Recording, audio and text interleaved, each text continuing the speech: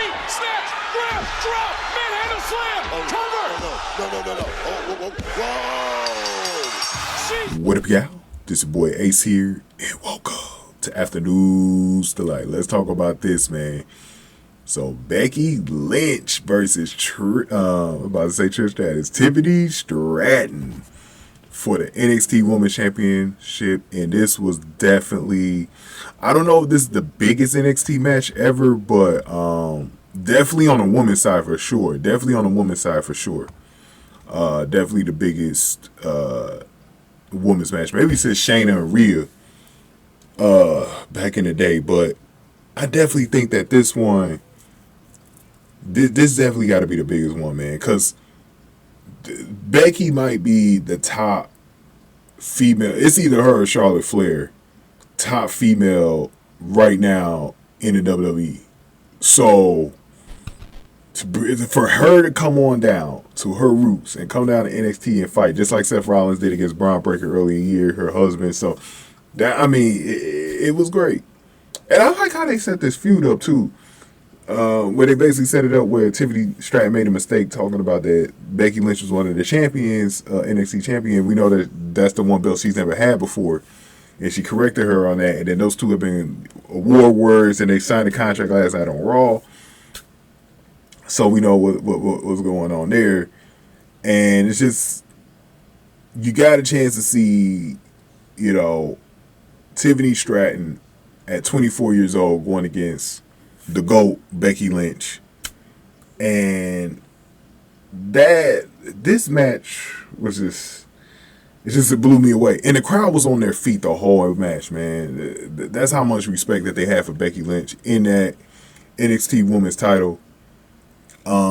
As a female wrestling fan that I am, it made me want to shed some tears, bro. And the match delivered. See, the hardest thing for this was the match going to deliver? And it did. And kudos to Becky. She pulled two potential match of the year candidates. I don't know how many of y'all saw the Payback steel cage match that she had with Trish Stratus. Trish Stratus at her age, bro. That match still blows me away. I didn't never cover it on my channel because I wasn't able to cover Payback. I was in Chicago that weekend. And I just wasn't able to cover it. Bro, go back and watch that steel cage match, guys. Please go back and watch that steel cage match. That was a classic. And then this one, I wasn't sure if this was going to live up to the billing, because I was like, man, this got so much hype, bro. This got more hype than Rhea versus Raquel last night. I was like, damn. And maybe Rhea versus Raquel at Payback. Like, this match was, like, super hyped up.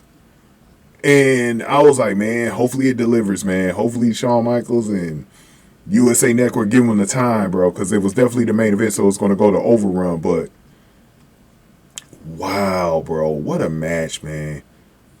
What a match we had, bro. And it was exciting. It was an exciting finish and thrilling finish. Because here's the thing. I came into it expecting Becky to win. But I wasn't sure if they would give it to Becky, though. Because Tiffany Stratton, I could have seen a possibility of Tiffany Stratton retaining. I'm not playing, because I really thought Thea Hale was going to get it from Tiffany Stratton at Great American Bash, and they didn't pull that card. I'm kind of glad now that they didn't do that, because Thea Hale would not have been ready to face Becky Lynch. Nah, not yet. She will be. But not yet. You know what I'm saying? We're going to talk about Thea Hale in the next video, because I usually want to say my Thea Hale and JC Jane stuff for last. But let's talk about what happened with this match. So let's go past the overrun point. Tiffany came back with gut punches and a front suplex. Tiffany hit Becky with a picture-perfect small-time bomb. Becky recovered and hit Tiffany with underhook suplex. Becky put Tiffany in a juju gatotomy.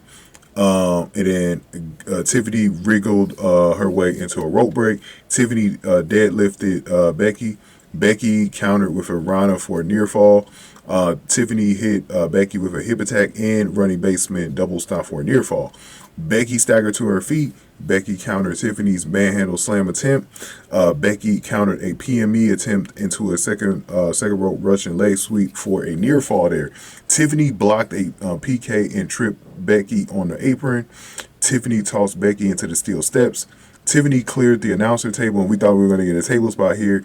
Becky blocked a powerbomb by grabbing the barricade. Becky shoved Tiffany onto the table from the barricade. Becky gave Tiffany a leg drop, and the table did not break. And the table just was not going to break tonight, right? We saw it also, if you're watching Impact, I actually covered that on my channel, where Trinity tried to do a move from the top, you know, who was Naomi here in the WWE. She tried to do a move for the top on Eddie Edwards, and the table just did not break, man.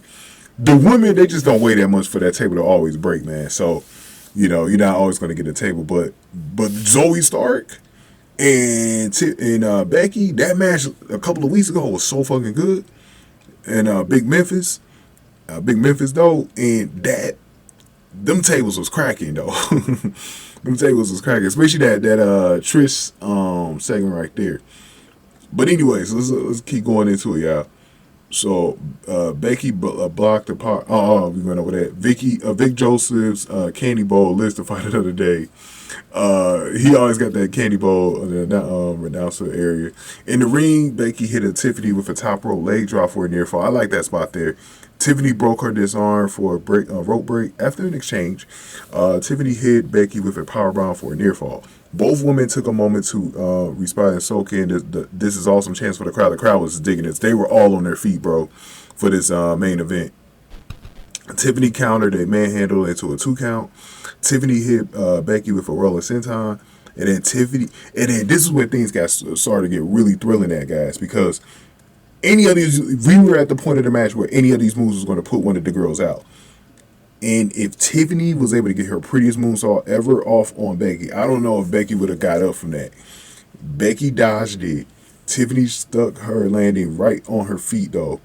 Becky immediately went to a manhandle slam, did not waste any time. And we see this in wrestling a lot. When wrestlers waste time, and sometimes the announcers will say, don't waste any time. Don't waste any time. Don't waste any time. Don't waste any time. She didn't waste any time and put the manhandle slam on for the victory. And that was all she wrote for Tiffany Stratton in her Tiffy Top title reign that we've had since Battleground. It is over. The summer of Tiffany Stratton Barbie is over. Becky Lynch got it done in about a little over 13 minutes. Definitely a match of the year candidate. Definitely took the shine away from Rhea versus Raquel last night, like I said before. This match delivered, and Vic Joseph reiterated that this was the first time Becky Lynch has ever won the NXT Women's Championship. She's got the Grand Slam, so her and Finn Balor this year, right? Becky Lynch is the NXT Women's Champion, and it's going to be interesting because I'm guessing this is going to give her a chance to focus in on her NXT opponents the next, I don't know how many months she's going to have a title. But she's not going to be down there for long. I think she'll probably be down there probably the deadline at the latest. Deadline is usually in December. Maybe New Year's Eve, we'll see. I don't know. I don't know how long she's going to have it, but and who's going to beat her to get it. That's going to be a big... The one person that I think should get it is... If they really want to get this person a rub, JC Jane. I think JC Jane, if you want to put JC Jane in that serious position of being one of the greats, I think you pull the trigger on JC Jane getting it from Becky. Y'all let me know in the comment section who y'all think should get it from Becky. I think it's got to be a heel. I would not do a face. I would do a heel. Now, obviously, you could do Lyra Valkyria. That's another one. If you do it a face, and then Lyra Valkyria will, Becky would gladly, acknowledge. I can see that happening. I can see that happening. I can see them running with Lyra for that. But what a goddamn story. I think Tiffany Stratton has been a pretty good champion too. I think there's still some things that she needs to work on, but mainly her mic skills sometimes. I think her mic skills are almost there. They just need to be a little bit more perfected.